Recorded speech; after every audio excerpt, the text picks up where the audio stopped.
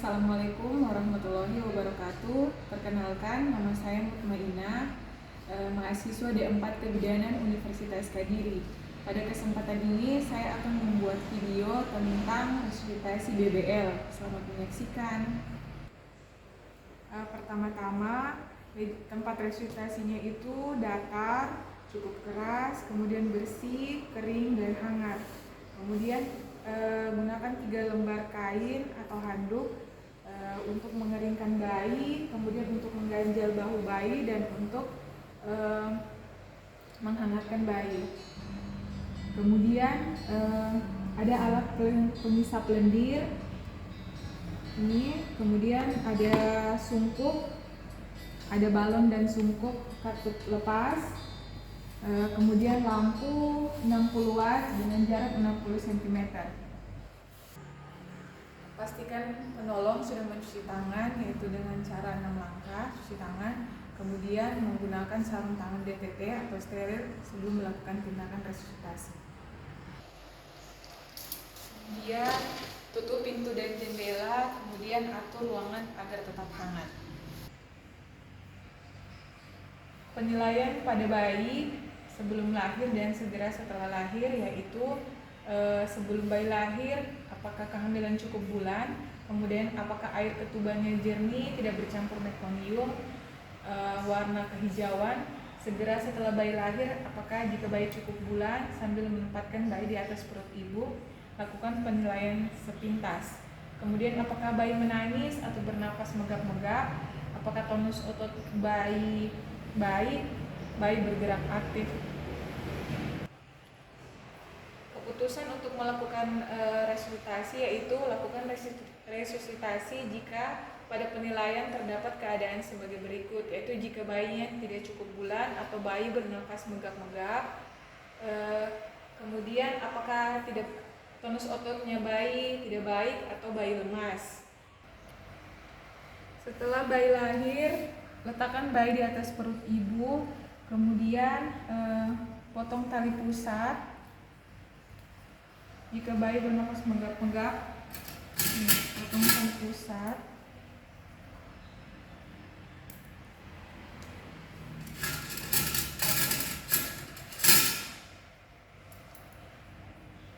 Segera mungkin.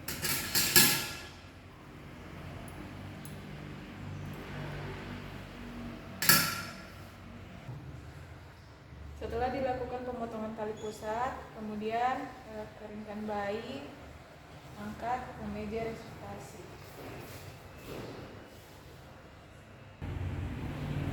Setelah bayi diletakkan di meja resusitasi, yaitu posisi bayi, posisikan bayi secara ekstensi, yaitu bahu bayi diganjal pakai kain. Kemudian jika bayi tidak bernafas atau megap-megap, lakukan pengisapan lendir dari mulut 5 cm, kemudian dari hidung 3 cm.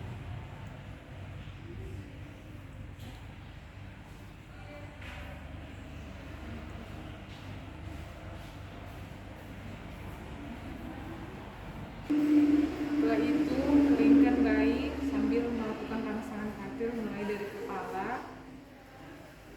kemudian belakang sampai ke kaki sampai kering. Setelah dilakukan rangsangan katil, kemudian kembali mengenai bayi, keringkan.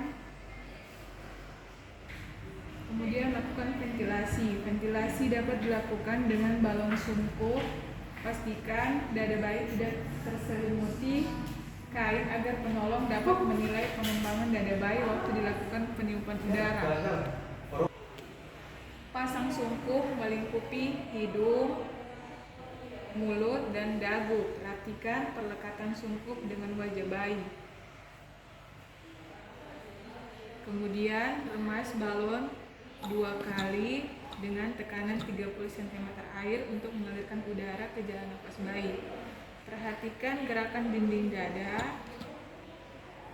Jika dinding dada naik mengembang, periksa kembali pelekatan sungkupnya, adakah kebocoran. kemudian posisi kepala, apakah dalam posisi menghidup, kemudian apakah ada sumbatan jalan nafas oleh lendir pada mulut atau hidung bayi. Lakukan koreksi dan ulangi ventilasi percobaan.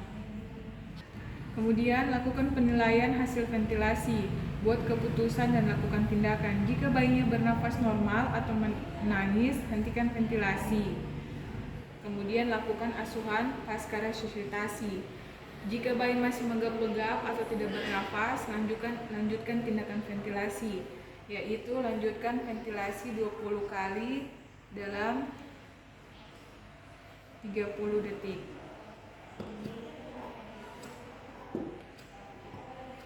Kemudian lakukan penilaian ulang. Jika bayi sudah menangis spontan, hentikan. Kemudian jika tidak, siapkan rujukan. Terima kasih.